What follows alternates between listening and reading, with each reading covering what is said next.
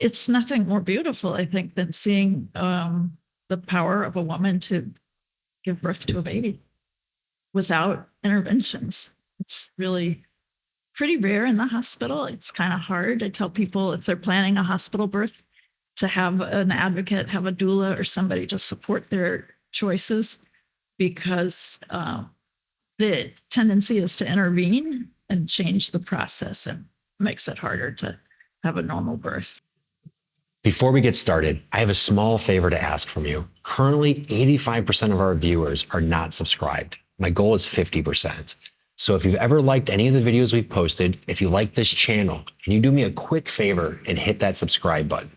It helps this channel more than you know, and the bigger the channel gets, the bigger the guests get, and the more exceptional the properties get. Thank you, and enjoy this episode.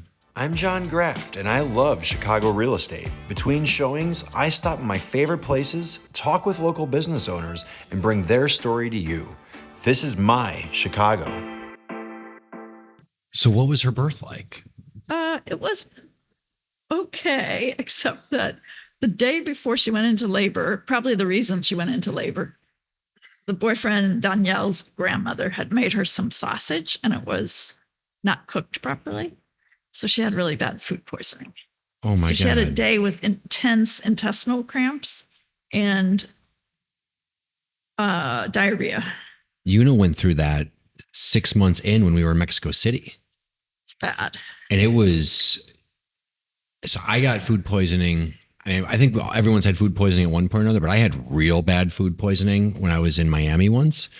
And I remember thinking, I was like, I understand how people die from this now. Mm-hmm. Because I think in a span of 12 hours, I had to go to the bathroom 24 times, right? And I'm dehydrated. If I drink anything, it goes right through. And so you don't want to drink, but you can feel how dehydrated you are. I was afraid of getting on the plane. And then they gave me the pill that was like the fourth of the size of a tic-tac. I took it and it was all gone, like perfectly fine. I'm like, thank God for modern medicine. So she had to go. Oh, so point being is Una made fun of me so bad when that happened to me in Miami. And then she's like, I had the karma when I was in Mexico City. That's what happened.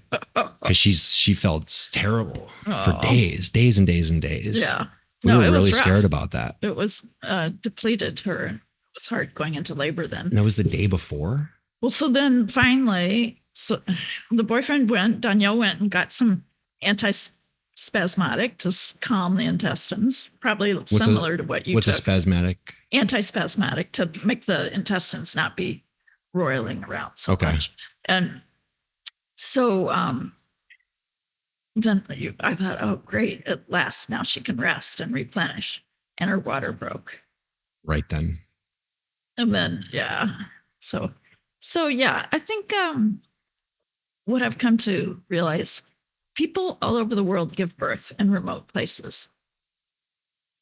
But why would you if you didn't have to? Yeah. Like, it just, and that's where, you're not really supposed to take care of your own family members. Yeah. Because there's some history and dynamic there. Yes. And I tend to do everything she wants me to do. Of course, you're not going to be objective. No. She's like, no, I want to give birth at home. I'm like, don't you want to go down, find a Colombian midwife, go down into the Medellin and just find a place to stay there for a month or two. Was being part of on this land part of her vision of her birth? It was. Oh, wow. So was she up there just for this? No, this is where he lives. And so she's trying so they live up there. They live up there. Yeah. How much time between they go through to the city when they go back to the city? How much time between trips to the city? Oh, they barely ever go, but now they're staying down there because she's getting physical therapy and she's trying to recover from the birth, and I get her feet on the ground as far as being a mother. So they had been up there for 2 years? No, she barely had met him. I mean, I don't know how long he's lived there. That's a good question, but I think he was living with his parents. And then when Rachel started making plans to come, he was fixing up this house that's on the land. I get it. So it was going to be like their house while she's there. Did she know what she was getting herself into? Fully? Not fully, no. I think she likes it, but it's rugged and it wears on you after a while. Yes. If you could imagine camping for an indefinite period of time, and going and having a baby while you're on a camping trip. That's pretty much what it was like. I've been camping maybe up to a week with, a shower that you have to walk to and bathrooms you have to walk to and all that. And you're done after 3 days. I can't imagine giving birth. How do you make sure it's a safe environment for the birth? Like a sterile environment? Because it's not. It's not. No, it's not. And that was maybe part of the problem. I mean, I think really the food poisoning was the major part of the problem. Because you do have immunity to your household germs, the germs that you're in contact with all the time. Okay. So it's a little bit of a myth that the birth has to be sterile, but you do want it to be kind of clean. Yeah, not dust flying around. I know. It was pretty hard. So how long was the birth? Oh, let me think. Depending on how you count it, about 24 hours. 24 hours. Wow. Yeah. Okay. Was it hard for her? I mean, I know it's hard for everyone, but like, was the 24 hours hard, or did it get easier, or was it easy in the beginning and then it got harder? It was easier, but I think the fact that she was pretty depleted made it kind of hard. Yeah. And then it gets harder at the end. I don't know. I've never had anyone break their tailbone. That was a new one. I'm local realtor Jocelyn Graft. Check out our YouTube channel, GRAFFT Real Estate, for the largest collection of curated properties here in Chicago. Whenever you're ready to buy or sell, drop a line, let us talk. Thank you for watching, and I hope you've enjoyed this interview. So the helicopter airlifted her out. Yeah. You got the insurance for $500. And then how far via helicopter, how long until she was at the hospital? It was about an hour helicopter ride. It seems like a long time. Yeah, it wasn't urgent, though. It wasn't like baby emergency. That's what I realized later, though. Wait, so were you holding on to the baby then? The baby came with us. Baby came with you. Yeah. It was really cute. He's got his little ear things on. He's like 5 days old. They have something small enough for him? Oh, wow. How's her Spanish? Oh, excellent. She's fluent. Okay. How's your Spanish? Very rudimentary. Okay. Okay. So you get to the hospital then. So what's it like getting to a hospital with a helicopter? You land, then what happens? They landed, and then she had a relationship with an OB at a different hospital. So we went by ambulance to the different hospital. They even moved hospitals? Yeah. Okay. This is the most complicated birth you've ever had, isn't it? It's not the birth still, but it is. Like, it's all associated with the birth. It's kind of, yes. So then they gave her an IV. They cleaned up the laceration. They gave her some antibiotics. And then where were we staying then? Oh, we had like a hotel we were staying at kind of close to the hospital. Okay. And then we moved to an Airbnb. And then it just seemed like it was going to be too hard to go back. Just even the trip is so hard. Yeah. What did the doctor say when you get there and you're like, okay, so we just gave birth 5 days ago. Did you have any idea what was wrong with her? Yeah, I thought she was getting an infection. Okay. He was nice. He was great, really. He was very helpful. There were so many things it would have been so much better if she'd found a Colombian midwife, because getting the birth certificate was a real pain in the ass. The OB had to come, I think, 2 or 3 times down to this bureaucratic office to swear that he saw her pregnant, and then he saw her not pregnant. And they wouldn't take my testimony because I didn't have Colombian ID. Yeah. So it was really hard. Did you have a visa? Did you need a visa? No, just not for a short trip. Was it boy or girl? Boy, Leon Eliseo. Leon Eliseo? Eliseo. Eliseo. It's a lion. Yeah. A strong kid. He's a strong kid. And he's big boy. He's a tank. Yeah. What do you weigh? He only weighed 7'9". Okay. But he's 3 months old and he's wearing 9-month clothes. Oh, okay. He's big. Yeah. Well, Ezra's probably following a similar course. Ezra's big, yeah. Yeah. He's about 2 feet now. and he's into the larger clothes because he's almost 6 months and we're close to 9 months on the clothes. Yeah. But he's 3 months and at 9 months. Just moving into 9-month clothes. Yeah. Yeah. We had so many things gifted to us. We didn't have to buy anything until late. That's nice. And so every time I buy something, I'm like getting like the 12-month clothes, just roll those sleeves up, roll the pant legs up, everything. I was in Poland and what were you doing there? I was looking at a window factory to sell windows here. I'll tell you more about it later. You're going to sell windows here? I don't know. We'll see. But there is. Do you speak Polish? I do not, but I'm 50% Polish. Oh, okay. And my partners are 100% Polish. And these European windows, these are European windows right here. And they've become popular in America, at least in Chicago. And there's only a few different states that are selling this particular brand. And this brand is a very high quality brand compared to its competitors there. And so like if they don't get business, they typically lose because of price.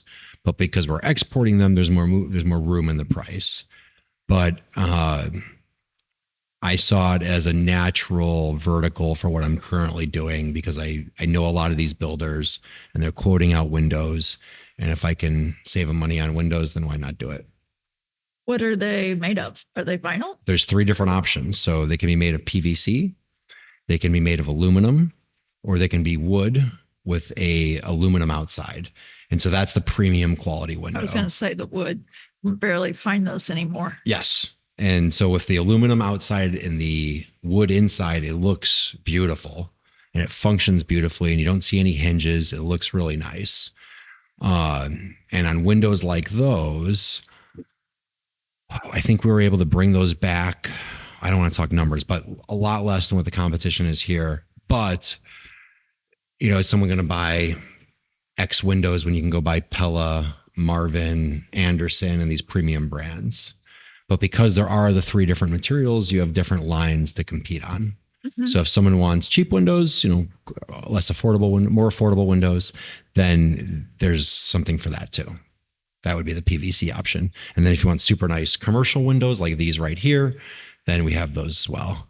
And that's a PVC window right there, that one. Oh. And so the European windows are the ones that pull inside and then they vent. Do you know what I'm talking about? Yeah. Yeah. And so a lot of new construction is using these nowadays. Well, that's exciting.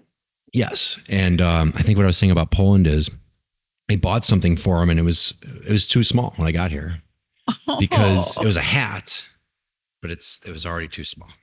So what are you going to do? Yeah. So how did you start doing this? Are we recording? We've been recording the whole time. Yeah. Okay. Yeah. So I was floating around in my 20s trying to figure out what I wanted to do. I had majored in German and journalism, somewhat random. Mm-hmm. Decided I didn't want to work in those fields. So then I went to graduate school and I got a master's in religious studies. Religious studies? Mm-hmm. Okay. And that was very satisfying, but also like not super practical. So I didn't want to go the academic route. I didn't want to do a PhD. I didn't want to be a pastor. So I thought I need something more hands-on. Well, around this time, one of my friends from school had started her family earlier and she had a negative hospital experience. And so then she started having home births. And once I got involved and saw a home birth, I'm like, oh, this is something I could do. Yeah. It was very exciting. I'd always been attracted to some kind of medical things, but this was medical without being medical. Because really, that's the main problem in the US. Childbirth is very medicalized and it shouldn't be. It doesn't normally need to be. So, yeah, it was great. So, but then I was on the slow path because by that time I was starting my family. So I became a childbirth educator, had a baby. Then I went to nursing school. Then I had a baby. So you did your undergrad. Mm-hmm. What did you do your undergrad in? Where? When? Or in what? In journalism and German. Journalism and German. So do you still speak German? I can get by. You can get by. And then you did religious studies. So were you raised Catholic? No, No? I was raised an Episcopalian, but this was more for the study of religions. So Oh, I was religions. doing a Okay. lot of writing about the Bible as a literary text, and then courses in some other religious, like Taoism. I had a great Taoism teacher. Okay. So So it's well versed. You were well versed in all religions. yeah. Okay. Mhm. What interested you about that? Why religion? I don't know. I think it's kind of fundamental to everything in life, right? Mhm. How you view the world and how you interact in the world. Absolutely. Okay. And so then you knew you didn't know what to do with that? No, I didn't know what to do with it. I don't regret it in any way. It's Yeah. very, in fact, I feel like it still comes into play in my work. Mhm. People are struggling with life and death issues. Yeah, but the midwifery just came naturally to me once I figured out that was it. It's not grown old. I've done it for a very long time. And How long have you done it? I started tending home births in 1990 as a nurse. I was going as an assistant, and then I became a midwife in 95. So your friend did it for the first time. When was that? She was, let's see, that would have been in the 80s. In the 80s. And that was the introduction to the That concept was for you? the introduction. I got to meet midwives in the area and met my midwife. Were you living here? No, this was in Indiana, and Indiana. everything was very underground. I Nobody bet. was legal. Like, is it illegal or is it not legal then? It was illegal for not to have a home birth, but for people to attend Okay. as to practice as a midwife. That was illegal. But now it's legal in Indiana, and it's becoming legal in Illinois. Okay. What does that look like in terms of legislation and Well, throughout? so there's different types of midwives. So I'm a nurse midwife. So actually I can legally practice in all 50 states, Mhm. although some states have more barriers to practice than others. But the type of midwife that I used for my own births were certified professional midwives or lay midwives, some people would call them. They're not nurses.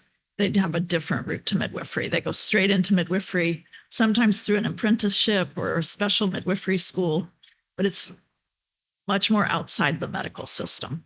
So I kind of have one foot in both worlds. I have medical training, which I rarely ever use, and then I have the midwifery training. So it's kind of like a psychologist and a therapist in a sense. Yes, I would say so. Someone has a certificate and they've learned about therapy, but they didn't do 6 years of school or however many you have to do. Mhm. How many years of school do you have to do to be a nurse? 4 if you have a bachelor's, 2 if you can do an associate degree, but now it's pretty much bachelor's degree and then 2 years nurse midwifery school. So did you do 2 then? Yeah. Then? And then, so are you kind of a apprentice for 5 years, just kind of sitting in on home births? Yeah. I mean, I was very active as an assistant. And then because the people I was going out with knew that I was a student midwife, they would have me do much more than normally you would as an assistant. So I Okay. started, that was part of my training. What drew you to it? I think it's a very exciting time in a family's life. It's, you get inside the family space in an intimate way that is not typical. You don't often get to relate to people on that level. And it's nothing more beautiful, I think, than seeing the power of a woman to give birth to a baby without interventions. It's really pretty rare in the hospital. It's kind of hard. I tell people if they're planning a hospital birth to have an advocate, have a doula or somebody to support their choices, because the tendency is to intervene and change the process and makes it harder to have a normal birth. So since Yuna's birth, Mhm. 3 or 4 of our friends have given birth. All of them planned on having natural births. All of them had C-sections. Right. It's very uphill because one thing leads to another. So let's back up and say about 100 years ago, births gradually started going from the sphere of midwifery to being more of a medical thing and in the hospital with attended by physicians. So if you think of a physician's orientation, first they're trained in everything that can go wrong with the human body. And then if they specialize in obstetrics, that's considered a surgical specialty. So they're very good at doing C-sections. And a lot of doctors will even say, what's wrong with a C-section? It's just another way to have a baby. But there's no little understanding of the kind of, first of all, the psychological effect on the woman, and also the physical effects of having major abdominal surgery for a physiologic process. The statistics, the outcomes in the US are not very good for a developed country. I should have looked this up, but we're very ranked low as far as infant and maternal mortality. So we throw a lot of money at healthcare and we don't get very good results. Yeah. And I think that is complicated. The reasons for that, I think that there's problems with how our society is structured, where you have unequal distribution of resources. So you have people that have food insecurity. So how are they going to have a healthy pregnancy? Mm-hmm. They have access to crappy food. But also there's a lot of fear around childbirth. Women aren't really growing up Absolutely. thinking that childbirth is I won't say easy. It's never easy, but it's a very normal thing and very doable. But women don't have that. The idea of ever having a natural birth, I don't think occurs to anyone nowadays. Mm-hmm. Or as maybe with your friends, they had the idea to have a natural birth, but not enough knowledge to set that up in a way where it could be more likely to happen. Yes. The advocating part, I think you're absolutely right about that. You have to have someone there who is going to know what your wishes are and make sure that they happen. Because in the middle of the birth, Una said, cut me open. I know. Remember? And so if you're in that moment of weakness, which everyone's going to be in that moment of weakness at one point in the process and the experience, you're going to give that up and you're going to default to the easy way out, which probably isn't even the easy way out. No, but in that moment, it probably seems easier. Yeah. And it's if you have providers who just think of it as being pretty common and normal, they'll go to that more quickly than they should, perhaps. Yeah, we have about a 30% C-section rate in this country. And that has grown in the 70s. In the early 70s, it was about between 5 and 10%. So if you think about that, like women's bodies haven't changed that much, but the practice of medicine has changed a lot. And I think part of it is having a for-profit model. Absolutely. You can't really give good health care if you have someone breathing down your back saying you need to see more people more quickly. You need to move them through that room. You can't have someone in a delivery room for 3 days because they need that room for the next customer. And it's, yeah. That's what led us to the home birth. I don't know how it ever came on my radar because I was the one who brought it up to you, and it was my idea. I never thought she would do it. I never didn't think she would do it, but I never thought she would take it on as quickly as she did. When I brought it up for the first time, she was immediately interested and intrigued and wanted to learn more. And I think that's because she's a very strong woman and wanted and saw it as something to accomplish. And looking at it, the way I describe it to people is I think a lot of people go into birth and they think they're going to play cards because they see videos of people playing cards and it's going to be simple. They're going to take a drug and it's going to be no big deal.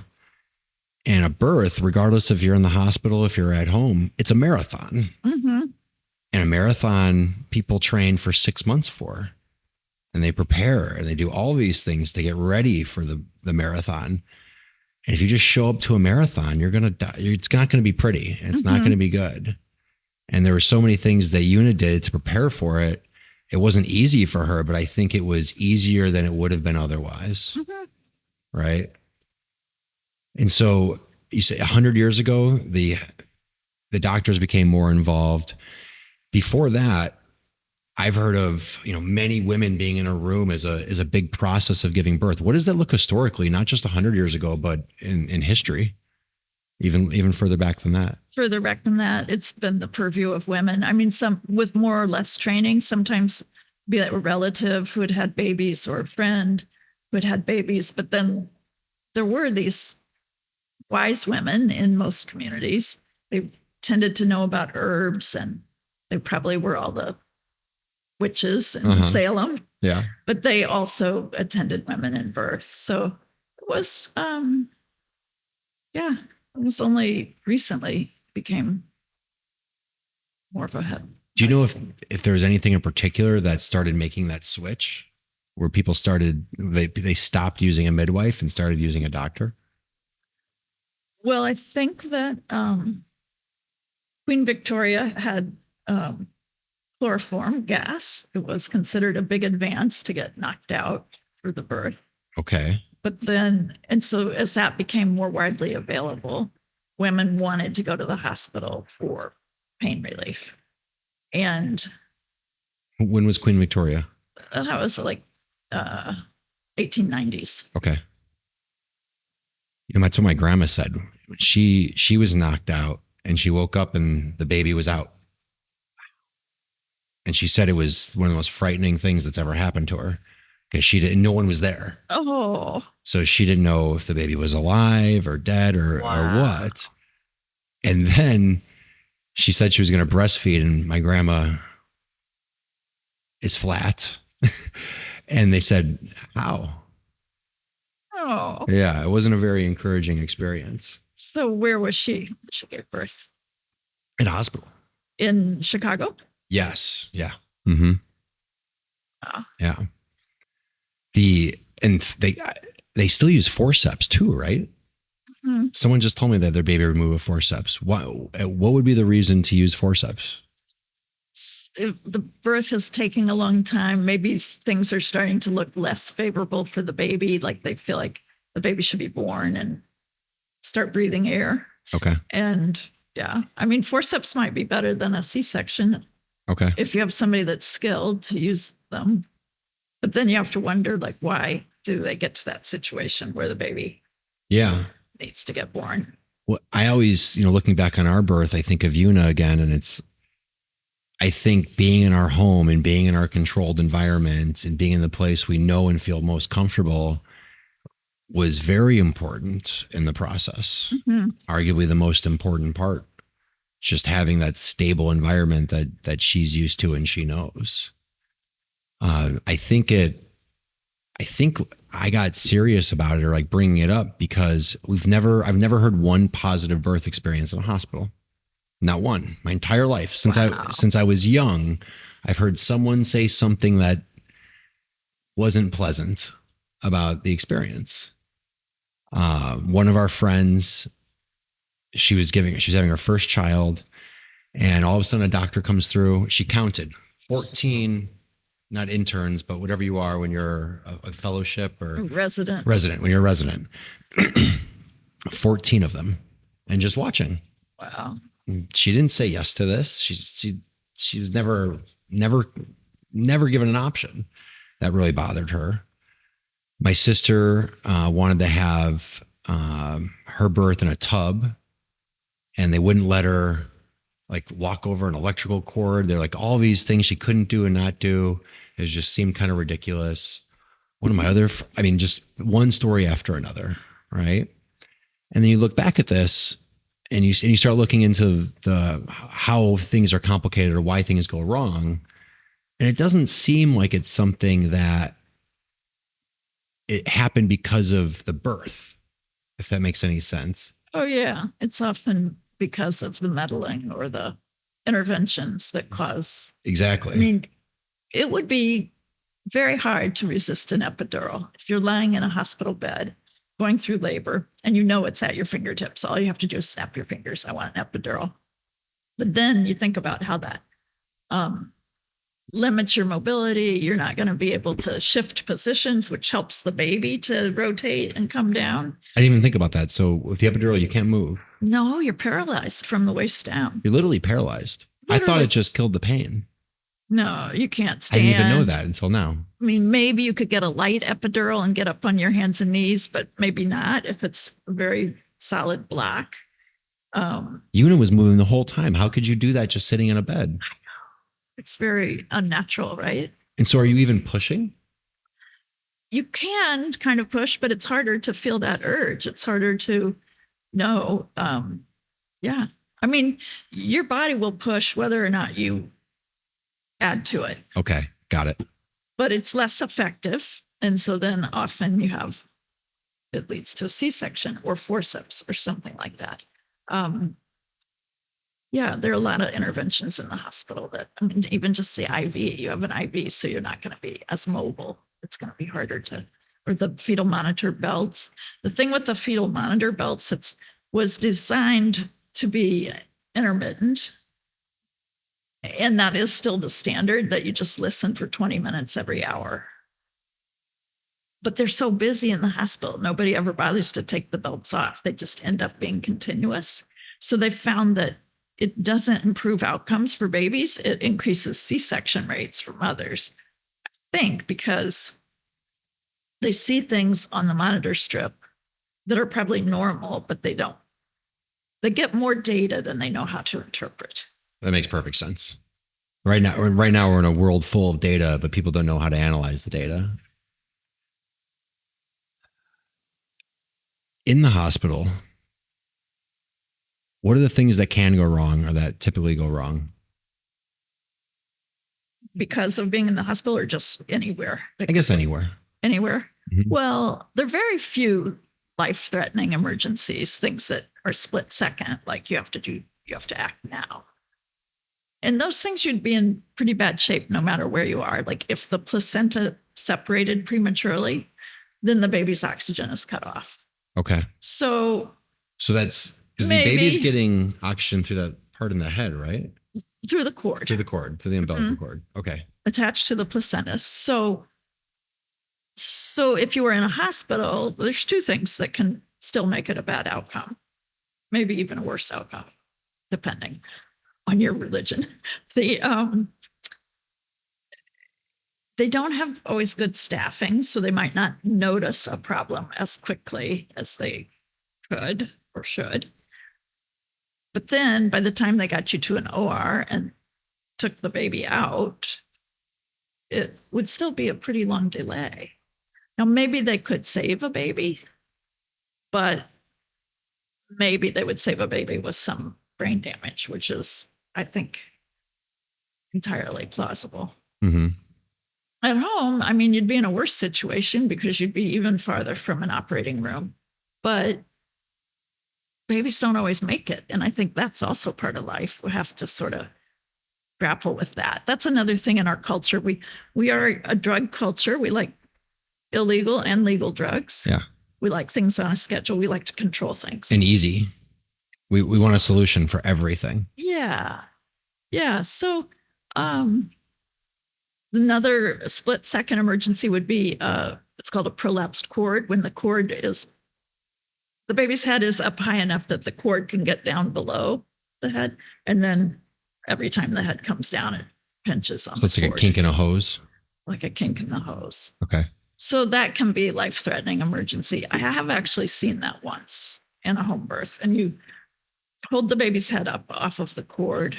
The mother has to get up on her hands and knees and have her chest on the bed and her butt up in the air. And you hold the baby up, transfer to the hospital, transfer to the operating room. And then it was fine. It's not a complication you like to see, but it does have a way to deal with it. I want to bring it back to your training or your getting into this. So for 5 years, you're kind of an assistant. Yeah. Mm-hmm. How are you taught it? How are you, because it seems like something that's so natural that the only way to learn this is to do it. You can't learn this in a textbook. You can learn things, you can see things, but being in that room and being part of the birth, the easiest thing I could describe it as is like a psychedelic experience. I mean, when it was over, it was like being in a new world. It felt new. You felt fresh. You felt overwhelmed. Mm-hmm. And it happened and it was real. how do you do that so many times? I've learned to sleep when I can sleep. I saw that too. Every time. What was the other midwife's name? Megan. Megan. Yeah, you and Megan would take rounds. And when I try to describe this to people of why, because people are, as you know, are so thrown off by the idea of doing this at home. And I describe it as, okay, if you were to walk into a hospital, the doctor, as it's been described to me by many people at this stage, the doctor shows up right in the beginning, and then they wait. And then they come back whenever you're about to give birth, and they deliver the baby. In the meanwhile, maybe there's some nurses there occasionally, but you're kind of on your own. You guys were there taking, what were we taking? The heartbeat? Listening to the heartbeat. How often? Every half hour. Every half hour. And then when it was getting more serious, it seemed like every 5 minutes. Every 5 minutes, like all the time. And you and Megan are right there. And when it got serious, there was no sleeping anymore, but there was a period of like the in between. Do you have a term for that? Not the beginning of birth, but the middle of birth. Well, active labor. Active labor. Okay. Yeah. And then transition is when you're getting really close to the point of pushing. Okay. And then it's more hands-on. And then with pushing, it's the most hands-on. So between the active labor and the transition, you guys are there, but you don't have to be you're there really for motivation. Yeah, a lot. Right? It's a lot. And I think to make Una comfortable and to oversee, but I think you might have been able to be there for half the time you were probably. And it was funny because you were like, "Are you sure?" in the beginning. And I could tell you did this 100 times and you're like, "I probably don't need to be there, but I'm going to show up and make sure I don't need to be there." Do you ever have moms that are like, "You need to be here. You're not leaving"? Yeah. How do you deal with that? Well, if I don't need to be there, I have to just educate them as to why I don't need to be there. And actually so if you come too early, when the main job for the woman is to rest and conserve her energy, then having someone else in the space interrupts that and makes it harder. So it's better for us to go. And you don't need to monitor the baby as much. Like there's barely anything going on. They're having irregular contractions that feel stronger than anything she's ever felt. And that's a hard conversation to have. Like, oh, these feel strong, but they're like nothing to what you're going to feel. But yeah, I can usually help people understand when I should be there and when I shouldn't. So you're doing this for 5 years. How do you know you're ready to do it on your own? Oh, that's a great question. It's like, it's a process. So after I got my certification, I took it really slowly. I still went out with another more experienced midwife for at least a year. And then, are you still in Indiana?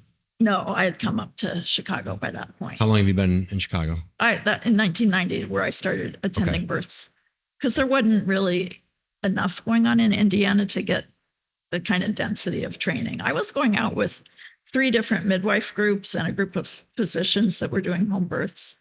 So I had lots of varied experiences. And it's not like a cookbook. It's not like there's one way to solve every problem or do everything. So you get to see a variety of people's styles and thinking, analytical styles. It was very helpful, but I still took a long time before I felt confident to go out on my own.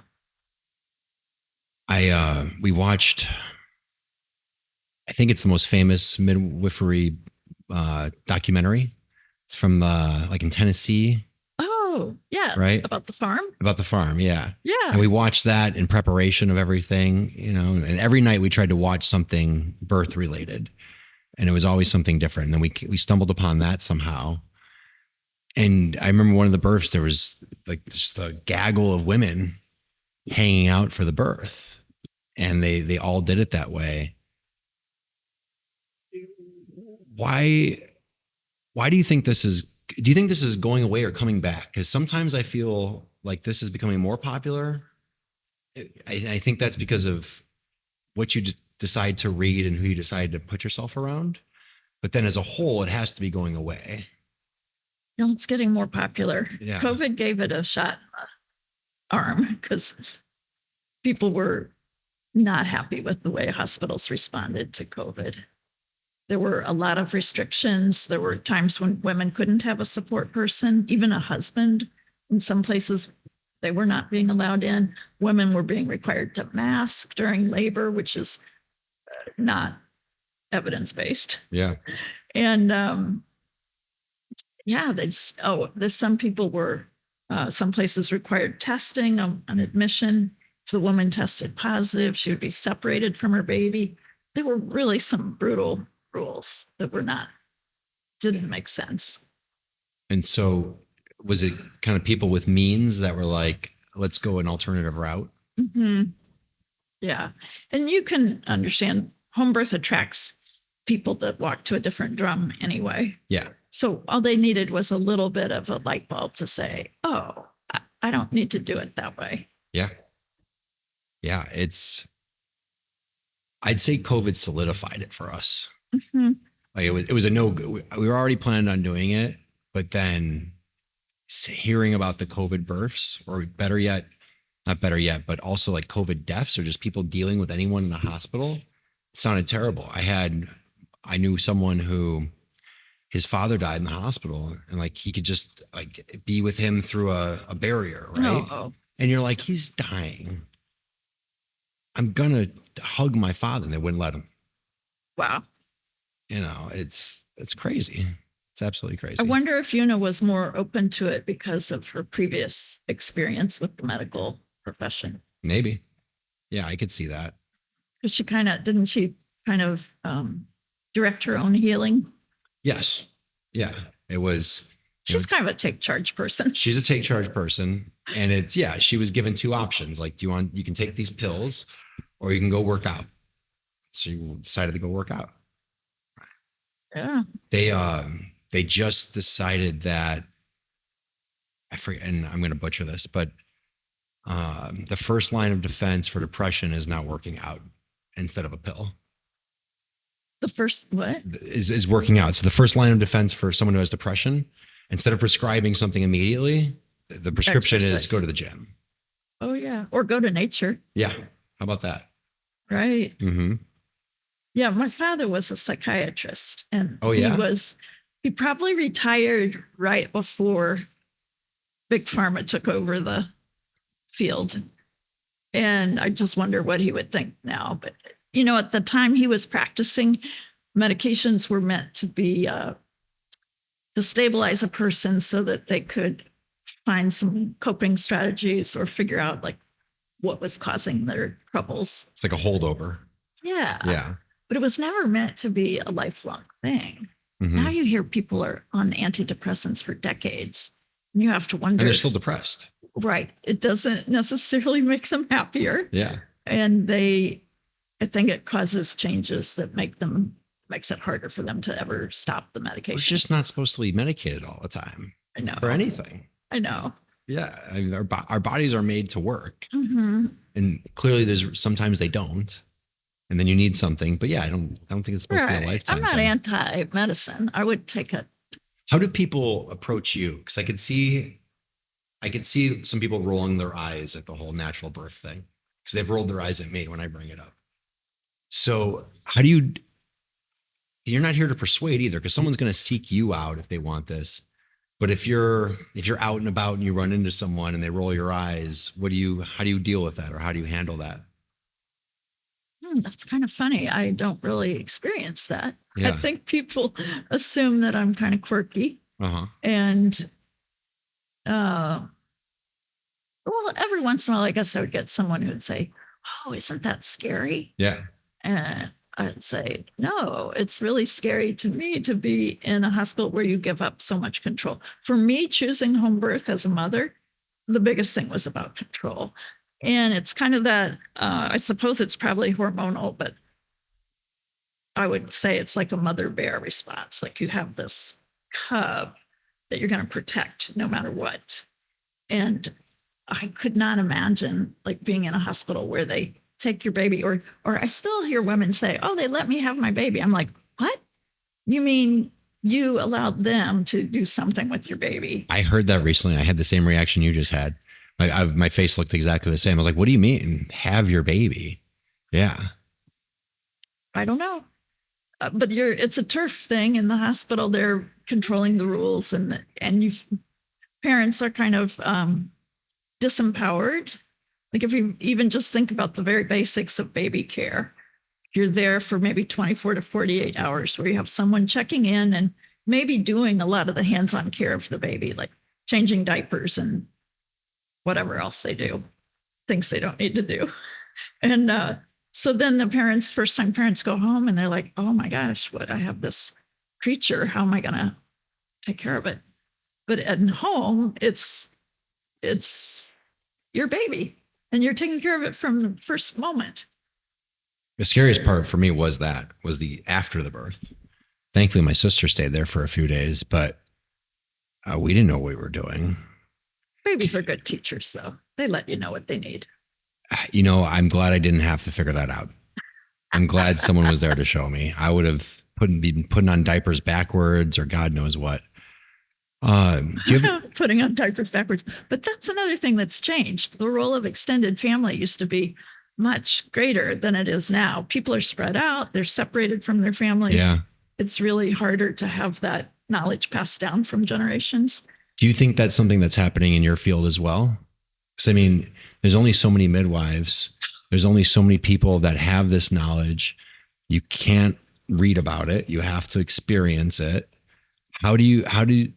Is there a larger organization or movement to make sure that these things are passed on? There are student midwives that try to apprentice with a more senior midwife. I've had some. Megan was a student of mine. Megan was my star student. Okay. But recently I haven't been doing it because the program that was feeding students in didn't seem to be very organized and it wasn't preparing them very well. And it ended up just feeling like a lot of work and they would not progress very much.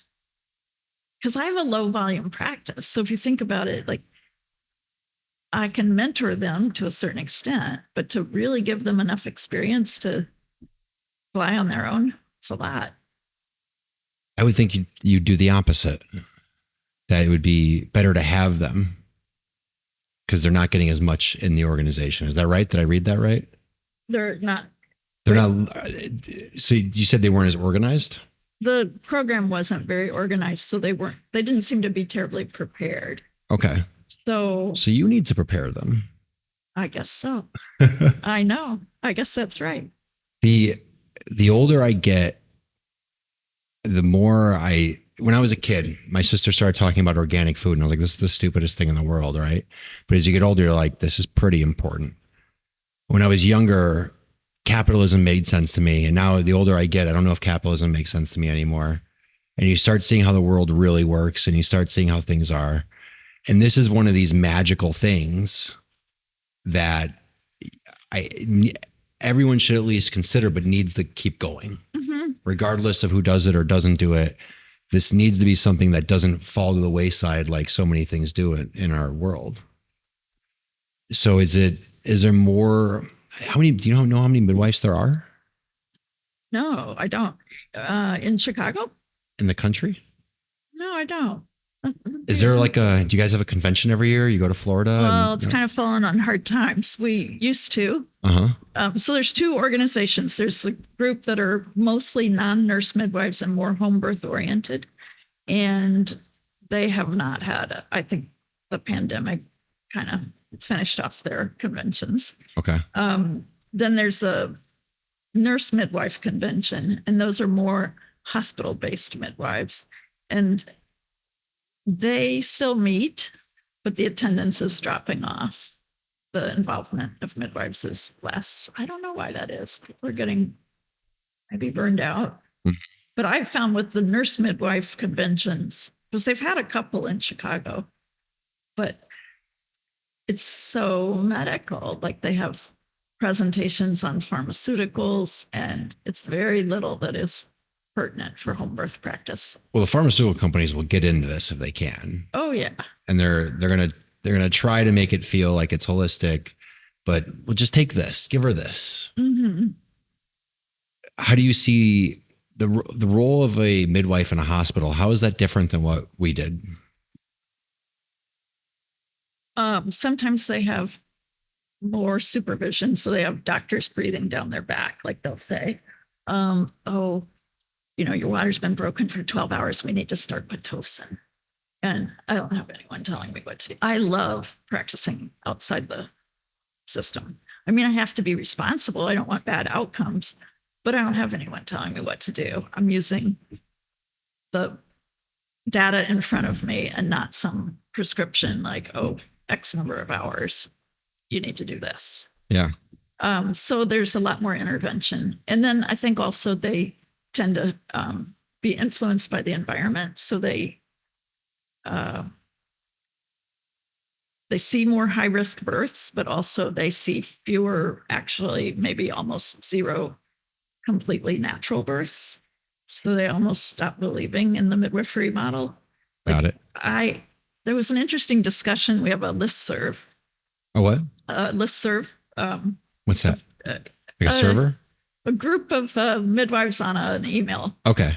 chain, Okay. Got whatever. it. Got it. And the question was raised because one of the home birth midwives who subsequently retired, but she was really very, very busy. And she was asking, like, why don't more people do home births? As in, why do people do it for their own birth, or why don't people practice it? Why aren't people practicing it? Why aren't there more midwives that are willing to do home births? We need more home birth midwives. And it is true. In Chicago, we have ridiculously few. It's really low. How many are there that you're aware of? 1, 2, 3, 4, One hand. 5. 5. Okay. Well, And that 3 million includes people. all the suburbs. Yeah. So more than 3 million people, right? However Yeah. many people there are.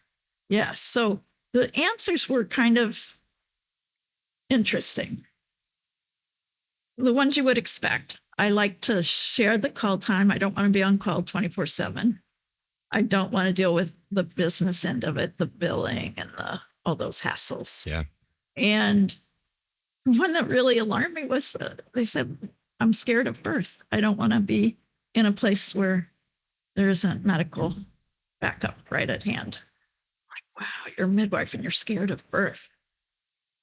How is that for your patients?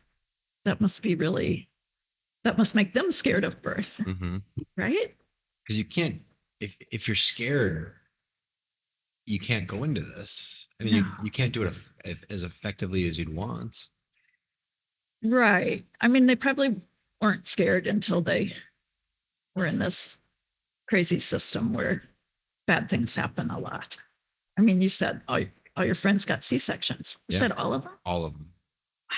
Every single person that's given birth since we gave our birth. And some of them, looked up to Una as a role model for support. And I don't know this to be true, but I have the assumption that some of them never even gave their birth a lot of thought. They just figured they'd go to the hospital. People research their appliance purchases more than their health care. Really. Yeah. Like, oh, what kind of dishwasher should I get? It's like, come on, this is your body. This is your baby. How do you go into it as fearless as you do, or as fearless? I mean, how do you act objectively every single time? Well, I know that I have tools at my fingertips to deal with the more immediate things. I carry drugs for hemorrhage. Let's talk about that. What do you bring with? Because you brought a little suitcase. Yeah. What was very interesting is you came the first time, you brought the suitcase and you left. And I said, you can leave that here. And you said, no, I can't. I was like, that's a good answer.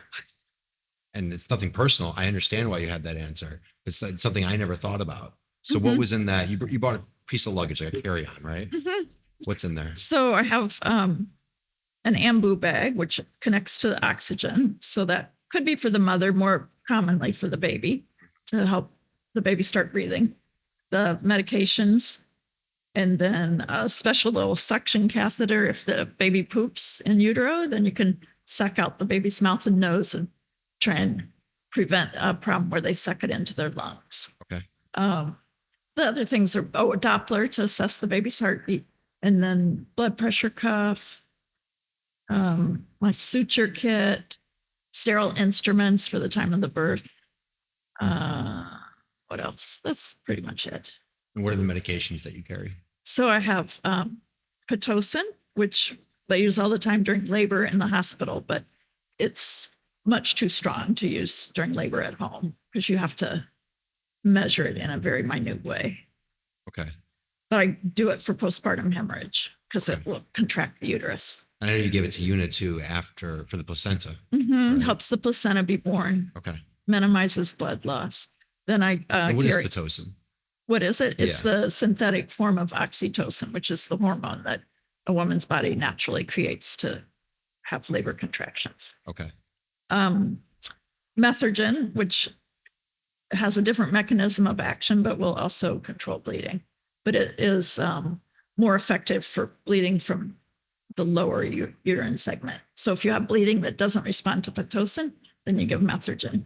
Okay. And then also I carry 𝗙𝗘𝗢𝗥𝗑𝗗, which is also used for induction in the hospital, but it's a uterine tonic. You contract it. IV supplies. If a woman loses enough blood, then they might need fluid replacement. So what's that look like? So I have a little needle catheter that goes in the arm, Mhm. connected up to a bag of IV fluids. Okay. So you carry the IV fluids. Yeah. What do those cost? The IV fluids? The IV fluids, they're not that expensive. I can get a box of like 12 for $50 or so. Okay. So They charge $300 to give those to people. You should be doing both businesses. You could do the liquid IV thing, the the rough night, and then the other one. So you were asking why I'm not afraid of going to birth. So I feel like I have these tools that I'm very comfortable with and familiar with using. I can stabilize an emergency, and we have pretty good infrastructure for paramedics coming quickly. The paramedics in Chicago have been great because sometimes I'll call if I'm anticipating that the baby's going to be kind of stuck with the shoulders and that there might be a big resuscitation. And I just think, well, this is looking like we might need extra help. Let's get them on their way. And then if they come and the birth is maybe imminent, more imminent than it was, but not happened, and I'll say, we just wanted the backup. Do you mind staying for 20 minutes? And usually they're like, yeah, sure, fine. So they'll stand by. And then as soon as the baby cries, they're like, oh, congratulations, see ya. And they've been great.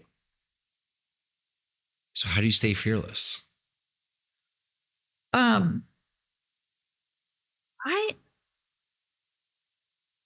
feel like so sometimes there has been like a shoulder dystocia, which it's when the baby's head comes out, but then the shoulders are tight and you have to really maneuver to get the shoulders born. And so then the baby spends more time in the birth canal and they usually need a resuscitation.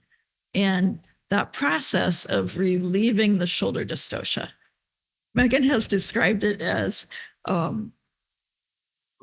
the house could be burning down and I'm there with that baby and that mom. And I'm just very focused on trying this and trying that and figuring out what's going to release the hang up. And I feel confident that once the baby's down that low, I can figure out how to help it come the rest of the way. One time, I had a baby with a broken clavicle. That was a better outcome than brain damage. So I felt okay about that. Heals pretty well, easily. they're like jelly.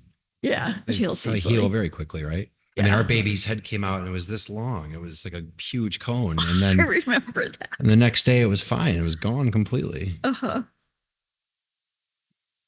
That level of resolve and ability to stay calm and cool. Do you remember when you developed that? Like, was there a certain part in your practice or certain time where you're like, you left and you realized how collected you were? Well, there is a big emotional letdown when you have a difficult birth and then you leave. It's like, oh, where's the closest bar? Yeah. I think that was one of my comments to you. People don't realize, people think you just show up And I'm like, it's a great value. So I'm like, we saw her every week for months in advance. And then you came over so many times afterwards too, which it was never something we expected or talked about or knew was going to happen, but it was a very pleasant surprise. And I think that my comment was, it's like, how do you do anything? Because you're always on call. I'm always on call. Yeah. It's true. But people are used to it by now. Like they'll say, "Oh, you want to have lunch on Friday?" And I'll say, "Yeah, most likely, but I'll call you as soon as I know for sure if I can or can't." Well, even for this, I think we had 2 dates. It was like, yes, but here's the backup. Yeah, it's like always having a rain date for everything. Uh-huh. And yeah, sometimes family is less thrilled with that but they get used to it. I still have my kids. Sometimes they'll say, "So when are you going to be home?" I'm like, "How long have I done this?" You know the answer. Yeah, I don't know. Do you ever have spouses that are on different pages about the birth? Yes. In fact, I had a very extreme example of this recently. So I always try to involve the spouse as much as possible because I think that the whole relationship is very important. Yeah. But recently I had someone, she came to me relatively late. She really was committed to home birth. This is kind of devastating. I think I can tell you this because I'm not using any names, but she texted me just yesterday. She said, "I don't know how to tell you this, but my husband took me to the hospital last night. We had a screaming match at 2 a.m. He threatened to call the police and threatened all kinds of things and turned my family against me about this decision that I had made." She said, the baby was born. Wow. I'm like, how is it? So it would be completely understandable to have a spouse who, for whatever reason, their background, their upbringing, they have people they know who have had scary situations, but they should be able to say, "Look, I'm just not on the same page. I'm not comfortable with this." And they work it out. But to do that to a woman in labor, it seemed Coercive. very, very destructive. Yeah. I don't know.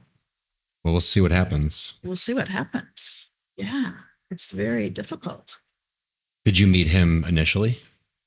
I only met him just briefly in passing. Like he's always working. He didn't want to be there too, probably. Yeah. And I had told her several times, have him call me with any questions. We can go through different scenarios and talk about how I handled this and that. And he never called. So I don't know. Was this premeditated? Did he always think he was? It was absolutely premeditated. I think so. Was he a successful person? I guess so. I mean, I don't know. It sounds very manipulative. Horrible. He probably didn't want to go along with it and just thought, well, it's easier than fighting. And when it comes down to it, I'll just do it. I bet he had a plan, because if he didn't ever call you, that means he never took it seriously. Because if he was taking her wishes seriously, he would have at least called you and talked to you and tried to warm up to it. Like when we went to your office for the first time, I had a list of things to ask. I remember you had a lot of questions. I had a lot of questions. And because it's all fear based. You're wondering in the worst case scenario, what happens now? And then you really start researching things and you're like, it doesn't matter if you're in a hospital. Like it can, but it seems like a lot of these things pop up from, I don't know. It just seems to be better to be relaxed and feel comfortable and be where you are. He never called, huh? Do you ever get clients where they're like sort of on board and they warm up more, or are they usually on the same page? No, every once in a while, the idea, it comes from the husband and then the woman warms up to it. Okay. But usually the woman has a pretty strong vision of what she wants her birth to be. And then, especially if I think there's any hesitancy on the part of the husband, bring him to some prenatals. Let's talk about things as you go. It was probably a mistake to not insist, but he had some crazy demanding work schedule, and Yeah. it's never available. Do you think your clients fit any general mold? It's, if I had to say, they're eclectic. So they, in some way, march to a different drum, but it's cross economic classes, across, I get a lot of international clients. Mm-hmm. I've had a number of Serbians and just Africans, different. Yeah. Well, I was amazed to read that in the UK and in most of Europe and in Scandinavia, they will pay your insurance will cover the midwife. Mm-hmm. Oh, And yeah. here, that's not the case. Oh, or yeah. there was a possibility of it, but going through the red tape was like, please, come on. No, not a chance. Well, they do a lot of things better in Europe. They also, Well, their Have- food's better. the food is better. Yeah. Yeah, it is better. They have parental leave, paid parental leave for a very long period of time. Mhm. I think some places you can stay home for a couple of years with your child. That might be too long, but yes, it's in the right direction for sure. Uh-huh. Doing this as you've progressed through it, what have you seen change in the midwifery space? I think that more midwives are getting more burned out. I think the system is hard to keep going in. That's why I like to stay outside the system. It's definitely becoming more popular with consumers, I think. But then you have the people that you know that went to the hospital, probably Northwestern, right? 2 were out of the state. Oh, out of state. Yeah. And did you get any details about what led up to the C-section? So this was interesting. Someone knew someone that worked at the hospital. So after the fact, they were a nurse in like the same area. So she asked around and she found out that the doctor had an appointment. And so the doctor had somewhere to be and wasn't going to wait around. Wow. Yeah. That is disgusting. Yeah. Yeah. And another one, he said, you have 2 hours and then we're cutting you open. Wow. So The husband is in therapy now because they cut her open and then handed the baby to him. Plus there was a lot of problems beforehand. And he's having a hard time with it. I mean, he saw them cut her open. So he's looking down at that. And then they handed him the baby. And it was too much for him. I mean, I think he kind of like blew a gasket. wow. Not what you need when you're embarking on the journey of parenthood. No. No. And their baby is, it's like the baby's sleeping through the night. And I was like, but is the baby supposed to be sleeping through the night? Like Ezra's a wild man. Always. Mhm. But why is that a bad thing? It'd be strange if he was comatose, right? And just kind of hanging out, not lively. That would concern me way more than having to deal with him. You know, dealing with him is fun. And that is who he is. And whoever he is who we need to support. Mm-hmm. I saw we were having a cushion made for that seat over there. Uh-huh. The woman right next door at, what's that place called? Sew and Glow? You know? I think it's called Sew and Glow, but she's making it.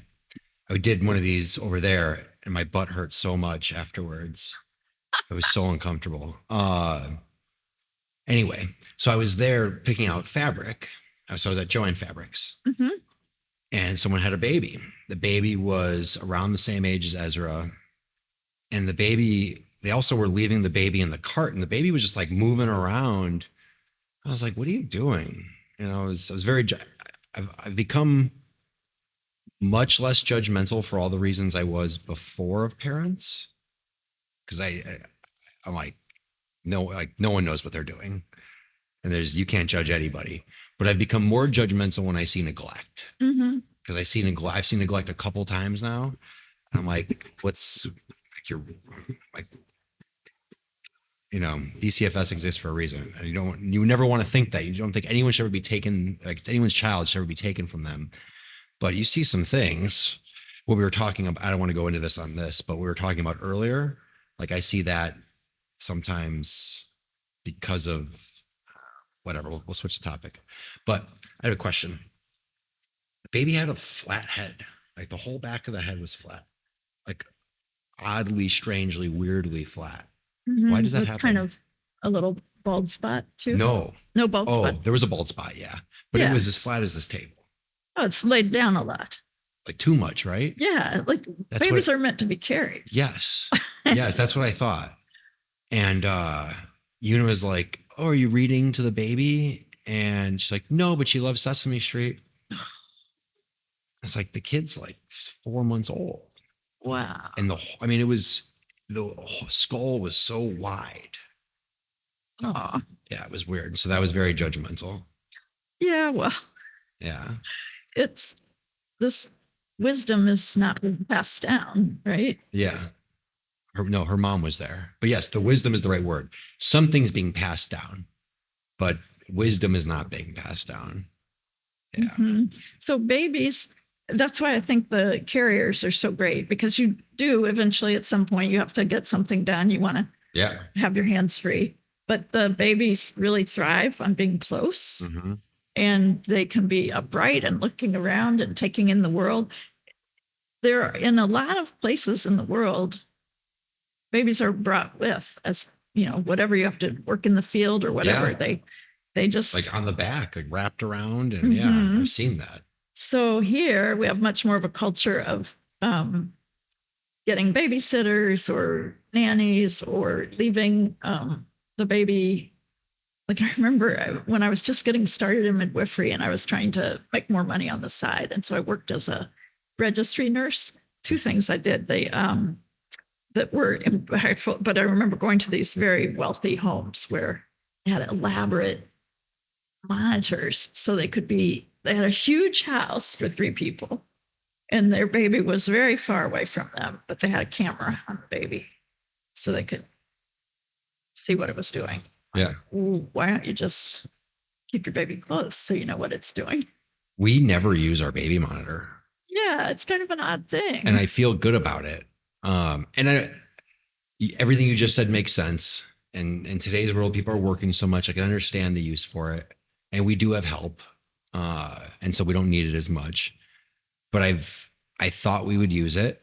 And then the other night we were talking about it. We were like, we should go for a walk. And I was like, but like if something were to happen, we're gonna be too far away. And then Una was like, well, it was more so to know like if he's hungry or things like that. I'm always thinking of the fearful side. Because for the first, I don't know how many months, I don't do it anymore. I don't do it as much anymore. Like I would just look at the baby all the time, see if it's breathing. I know. I remember that. Yeah. Cause you're like, are you okay? Is something you're preparing mentally for the worst almost. Cause if that does happen, how are you going to deal with it if you never dealt with it until then? Mhm. It's a very strange feeling. You talked about that for a second, in terms of what you believe in and what happens. Have you ever delivered a stillbirth or a baby that didn't make it? Yes. Transferred to the hospital. But yeah, I've had 2 occasions where late in pregnancy, the mother came and said, oh, I haven't been feeling the baby move. And one time I put the Doppler on and there was no heartbeat. And I knew that it was gone already. I mean, I don't know if it was a placental eruption or what, where the placenta separates. But And so explain that to me. When the placenta separates. so the blood supply comes through these very developed vessels from the placenta to the baby. And then if it separates from the uterine wall, then that blood supply is cut off. Okay. So the baby is basically cut off from oxygen flow. So, but it was interesting with this one. She went in, she was a VBAC. So she'd had a cesarean for her first. And she was from another country. I can't remember where she was from. But they, obviously once the baby is already passed, it's not good practice to do a C-section. So she labored because you're submitting the mother to risks when there's no possible benefit for the baby. So she labored and gave birth to this baby. And I will say they were very sensitive to her. They were very sweet to her. But she, maybe because she was from a different place and it had different meaning to have a dead baby, but she was triumphant because she delivered vaginally. She knew that her body could do this thing. So I don't know if they had more children or not, but I thought that was kind of interesting that we would probably interpret that as I'm sure that she was sad about the baby, but she had a great deal of satisfaction that she was able to give birth vaginally. The other one was kind of the opposite situation. She said, I haven't really felt the baby move. And I lived close to her. So I went over and listened. And it was, there was a heartbeat, but it was not a normal heartbeat. Like it was in the normal range, but it was very regular. Like usually the baby's heartbeat has some variation. Like when you move and your heart rate goes up, you never have a heart rate that's just totally steady. I remember how high it was. Yeah. What's the, it's like 140? Yeah. Babies. I remember I had no idea how high it was going to be during the birth. And then you said that. I was like, is everything okay? 140, it doesn't sound good. Yeah. No, it's right in the middle of the normal range for a baby. But so I sent her to the hospital and they heard the heartbeat and they were setting her up and just going to evaluate more. And then very abruptly, the baby crashed. So they did a crash C-section. The baby was in really bad shape on life support. And then they came in to talk to the parents and they said, well, the baby is stable. It seems like you don't need to make any decision right away, but there's very little brain function. And something clicked for me. And I said, well, they were trying to be nice and say, you can decide tomorrow what to do. I said, if they wait, is there a chance that the baby, once you take it off life support, it will survive, but with significant brain damage? And they said, oh yeah, that could happen. And the parents were like, no, disconnect her now. It's not the kind of life they wanted for their baby. Then they went on and had another completely normal birth. But we have a friend who had a complication. They lost the baby and they decided they're not having any more children. It was too traumatic. Wow. And she knew the baby, one of the valves of the baby's heart didn't develop. And she's very stressed, like an anxiety filled person. And her mom was like, the heart's developing right now. You need to stop, because she was just going through every hypothetical possible. And the mom, they even called what actually did happen. And she took that as an omen, to not have another child, I think. Yeah. Yeah. My grandma lost 2 kids, near birth, 3rd later. And I don't think she ever recovered from that. Mm-hmm. I think that's something that's got to be extremely difficult to recover from. I would think so. But she had another child later, this person. Mm-hmm. That's really good. Una had, why did we get the penicillin? What was it called? The strep? Group B strep? Uh-huh. Let's talk about that. Because that was something that no one ever talked to us about. That we'd gone down this road of natural birth. And then at the last moment, we were put in a position to reconsider our decision. And so what is Group B strep? So Group B strep is a bacteria that about 1 out of 3 women colonize vaginally from time to time with no symptoms. They're carriers for it. So it doesn't cause illness in adults, but very rarely it can cause a serious infection in babies. So about I'm trying to think when this was started. Maybe 30 years ago, they started screening women for it In the United States. and giving IV antibiotics to everyone who was positive. But it's a very small number of babies that would get sick. And I don't know. I think that it's a little bit of a public health experiment to treat so many healthy moms and babies with antibiotics. On the other hand, there's very little tolerance for loss. So if you had a baby that had group B strep, it could be very serious. It could cause brain damage or death. Mm-hmm. So I don't know. I think that the research is not clear. They do know that early onset illness has been decreased since they started doing the IV antibiotics. But there's some indication that there's more late onset illness. So the question is, are they just suppressing symptoms for a period of time? And then some babies are going to be vulnerable no matter what. So it doesn't make a lot of sense because it can cause so many other problems, the antibiotics, I think. And so and correct me whenever I'm wrong. So our option was to do nothing or to give Una an IV of penicillin at what stage? So it needs to be in her system at least 4 hours before the baby's born for the baby to be considered treated. So when she's in the active, that's when you would do it? Well, typically? a lot of people would start it right at the beginning of labor and then just repeat it every 6 hours. But just to give you an idea of how jumbled the messaging is around this. Oh, the messaging is so jumbled. Yeah. So if you were to go into the hospital in labor, very late in labor, where you were just about to push the baby out when you walked through the door, and you were group B strep positive, they do nothing differently. They're like, oh, we missed that one. Yeah. Like they don't put the baby under special observation. They might keep you in the hospital longer, but really, if the baby is asymptomatic, they're not going to do anything differently. So why not just treat babies that have symptoms? That's what would make sense to me. And we had the thought about what to do, and we told you to get the penicillin, and then we reversed our decision because we found out later we're the only country that tests for this. And then when you give the penicillin, it knocks out the baby's entire immune system. Mm-hmm. So no one can be around the baby. The baby can't be around anyone. And like what type of knocking out the baby's immune system seemed to me probability wise a much higher probability of something going bad there. Where the group B strep was like maybe something will happen. If it does, it's going to be serious. Mm-hmm. But it's going to be serious either way. And it was such a hard decision to make and like so hard we had to change it.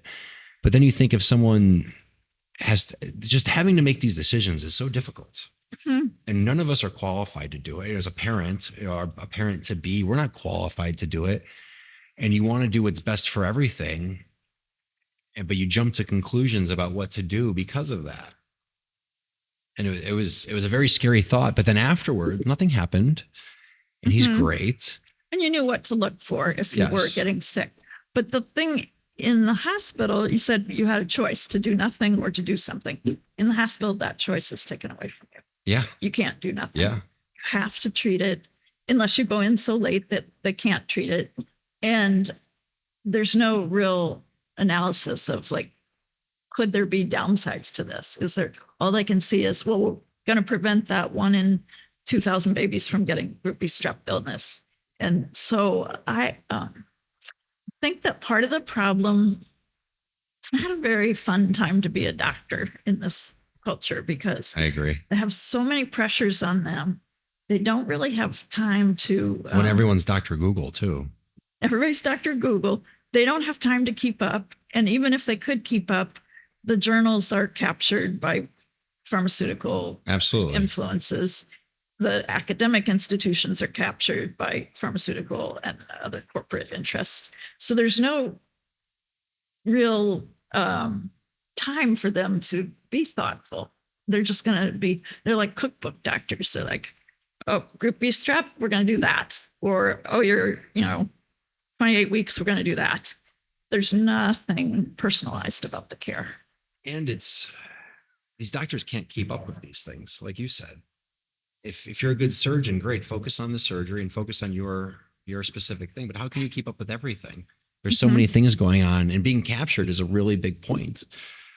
I think over the last few years, everyone has realized how much influence there is in medicine and how it affects the way we live every day and what we do. Oh yeah. How many home births have you given? 1,300. How many do you give a month? 4 a month at the most, and sometimes it's less. I try and take a little chunk of time off, and I was just in South America for 2 months. So Yeah. So you I only had one birth during that time. yes. So what was it like stopping for a little bit? Did you feel like maybe I don't want to go back? No, but I did enjoy time being off call. And so it made me want to take more vacations, which is a little tricky in my profession because I have to plan them very far in advance. And if you think about any given due date, there's a 5-week window that's normal to give birth. Okay. And so if I take a little time off, that's like knocking out a lot of time because of that huge window when women could give birth. So I'm still thinking about that. I'm not going to quit though. They're going to have to take the keys away from me. I'm not, but I do like time off call. And so it's hard because you have to. I remember when we met, you told us you were going away, and I was like, my heart dropped because I was like, well, what are we going to do next? There's like only X amount of midwives. And we have to go. It all worked out. Where did I go? I don't remember going anywhere around. Your annual trip?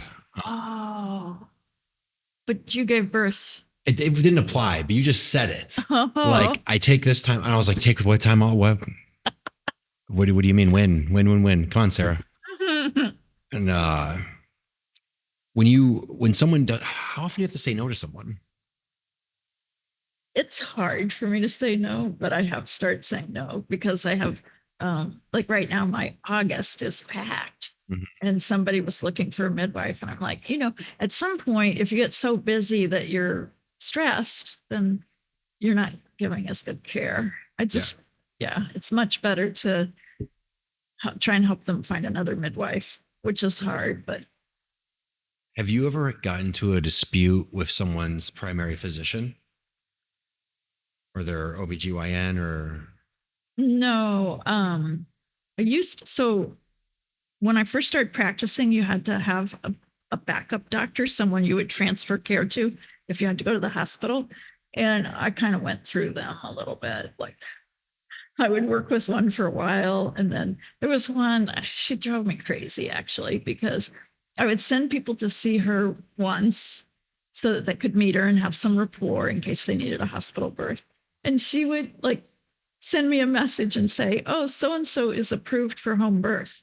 And I'm like, you've never had a home birth. You've never been to a home birth. You don't really know. Like I'm sending them to you and I'll decide if they're appropriate for home birth or if they need a hospital birth.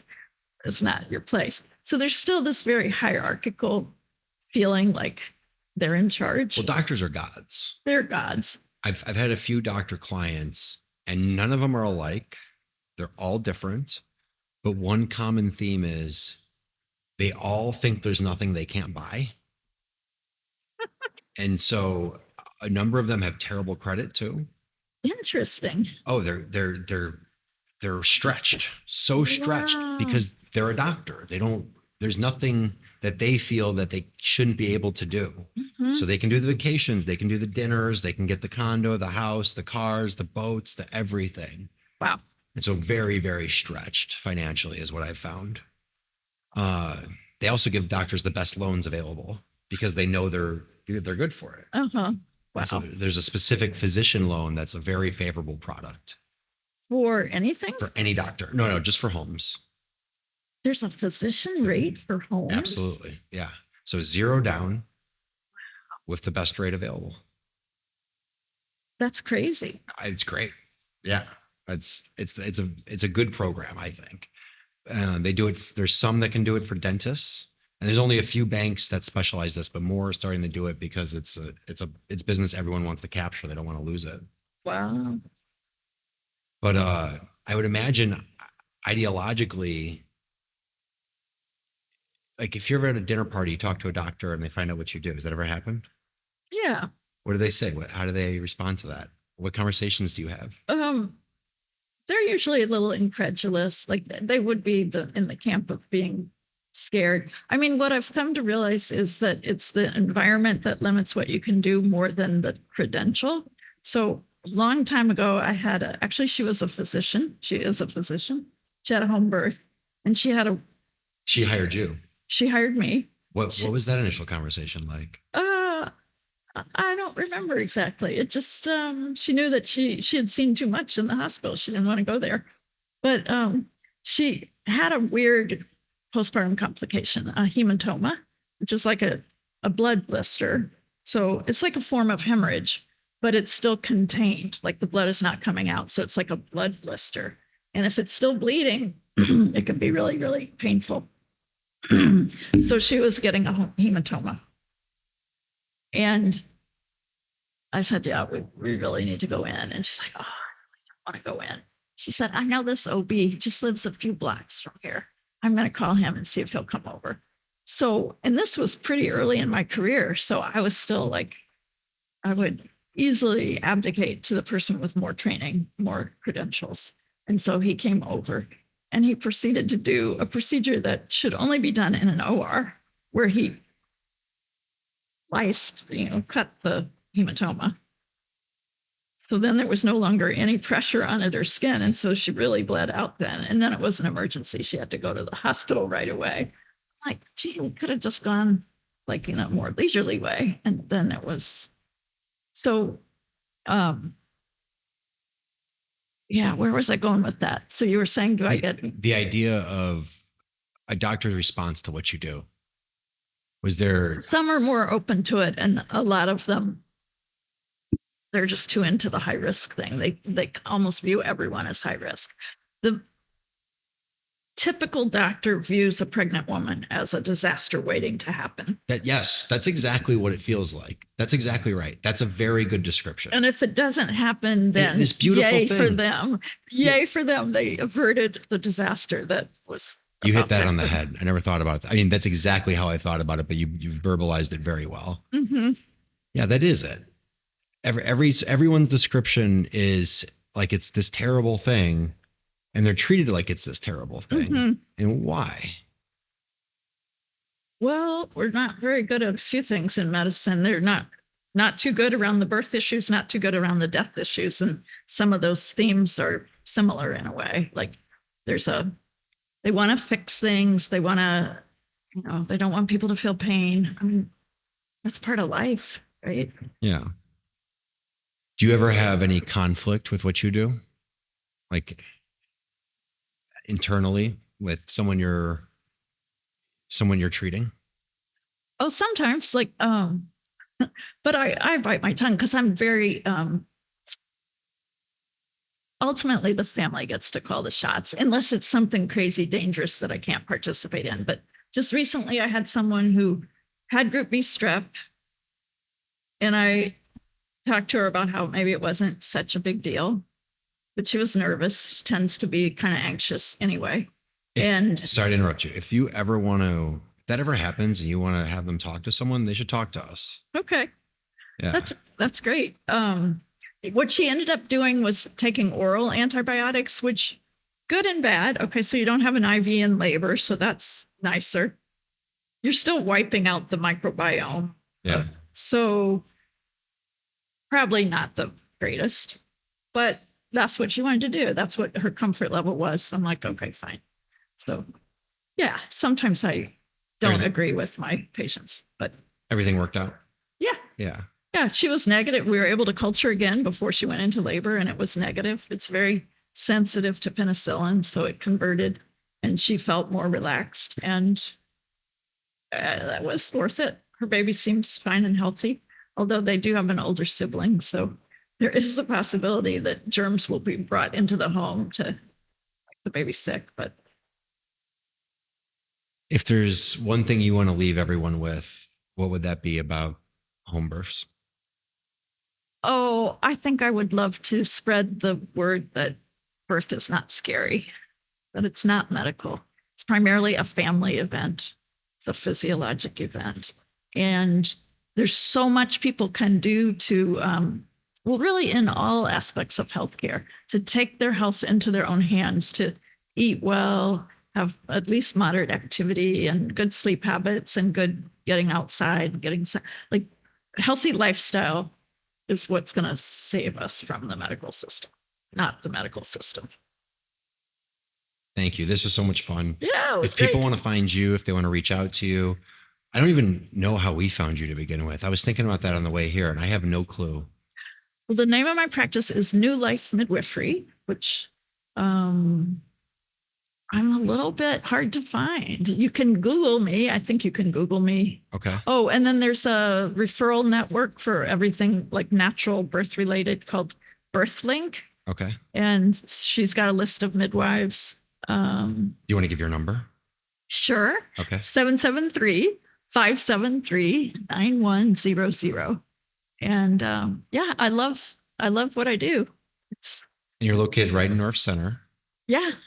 And what's a consultation? The first, how does someone start it? What's the first step? So I offer a free consultation where they can come and ask their questions and see if it feels like a good fit, if the driving distance feels okay, and then we go from there. They can, if they've already started their care somewhere else, we'll sign the release to get their records transferred. It's never too late, although now, like for August, I am booked, but people sometimes worry that at a certain point in the pregnancy, they're stuck with the provider they're with.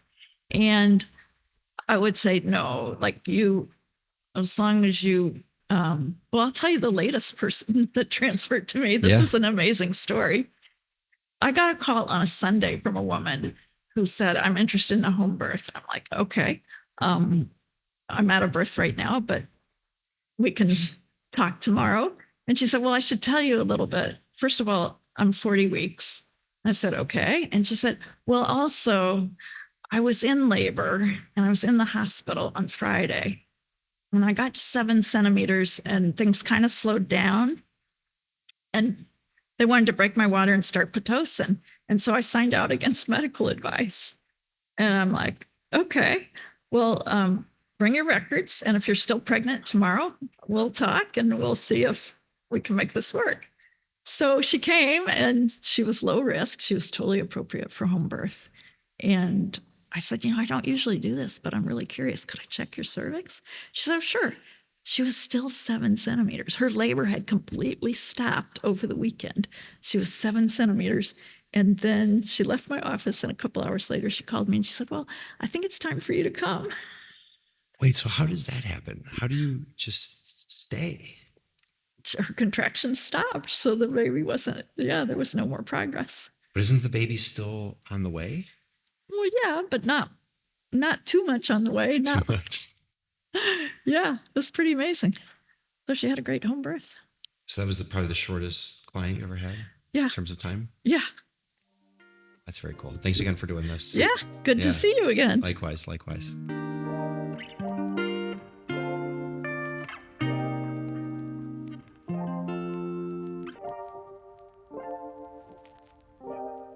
If you want to watch another My Chicago podcast, click here. If you want to see exceptional Chicago properties, click here. Thanks for watching.